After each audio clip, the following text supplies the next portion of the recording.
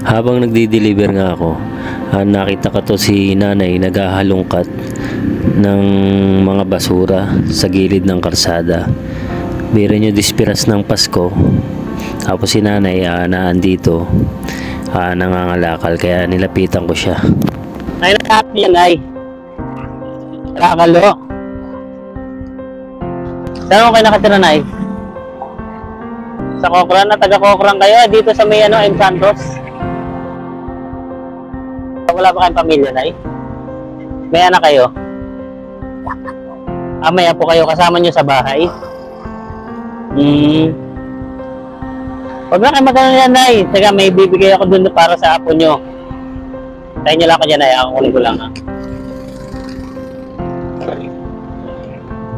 Napansin ko kay nanay na tila meron siyang diferensya sa kanyang mata at yung pagsasalita niya is medyo utal na. Nanay, bigyan nyo na lang doon sa apo nyo. So, bahala na kayo dyan sa apo nyo. Huwag na kayong mga lakal dyan, ano? Tapos bigyan nyo na to. Oh. Huwag na kayong mga lakal. Ito na lang natitira kong pera na yun. Huwag na kayo, hatid ko na lang kayo. Kasi hatid ko kayo. Sa may Kokran, hatid ko kayo. O, tara.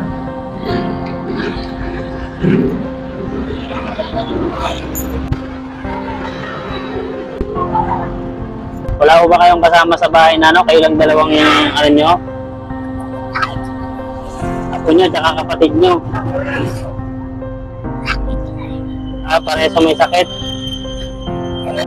Wala ko din trabaho. Ang kapatid nyo nasa bahay lang. Mahirap po talaga ang buhay, ano? Ang pangalan nyo na eh?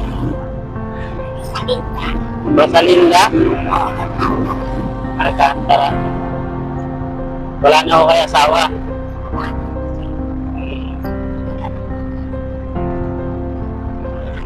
Tapos, apo nyo na lang tsaka kapatid yung kasama nyo sa bahay. Kaya nakakalakal para may panghuli kayo ng ano,